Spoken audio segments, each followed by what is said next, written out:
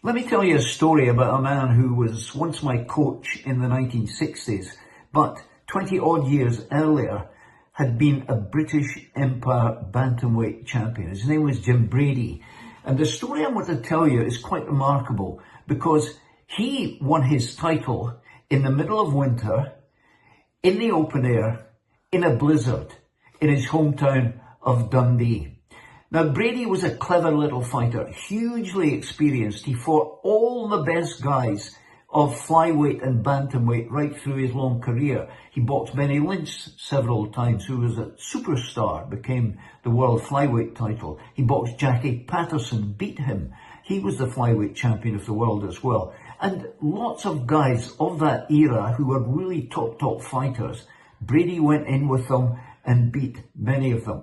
But this time, he was to box for the British Empire Championship at bantamweight in a place called Tannadice Park, which is a soccer ground in Dundee, in the home of Dundee United Football Club.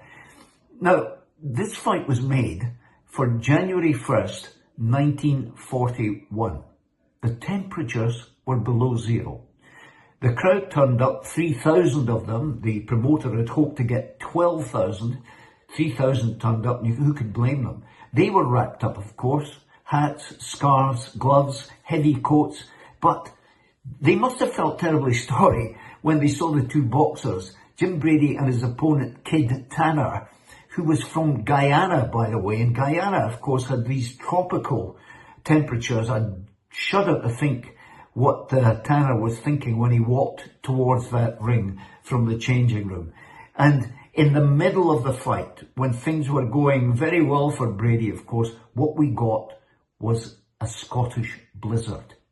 Sub-zero temperatures, everybody's freezing cold, and these poor boxers were trying to do their best in that ring when the blizzard hit. Well, there would have been circumstances, I guess, when the referee would have stepped in and abandoned this fight and said it can't go on. But you know what they did? They carried on fighting for 15 grueling rounds in a blizzard in the middle of a Scottish winter. Jim Brady went on to win that contest quite comfortably. But the interesting thing was that both he and his opponent, Kid Tanner, were managed by the same man, a man called Tony Vero from Liverpool. So either way, Vero was going to win. He was going to come out a winner. It's a story, by the way, I tell in this book, The Harp and the Violet, which is a novel, but it's based on true events. It's still available on Amazon, by the way.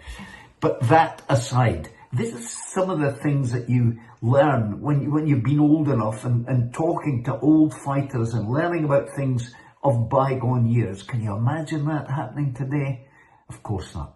It was a remarkable story, and a great little man, a great little fighter, Jim Brady, who guided me for part of my amateur career, and I drew on his experience and expertise. So there you are. That's a kitchen story for you. I hope you enjoyed it.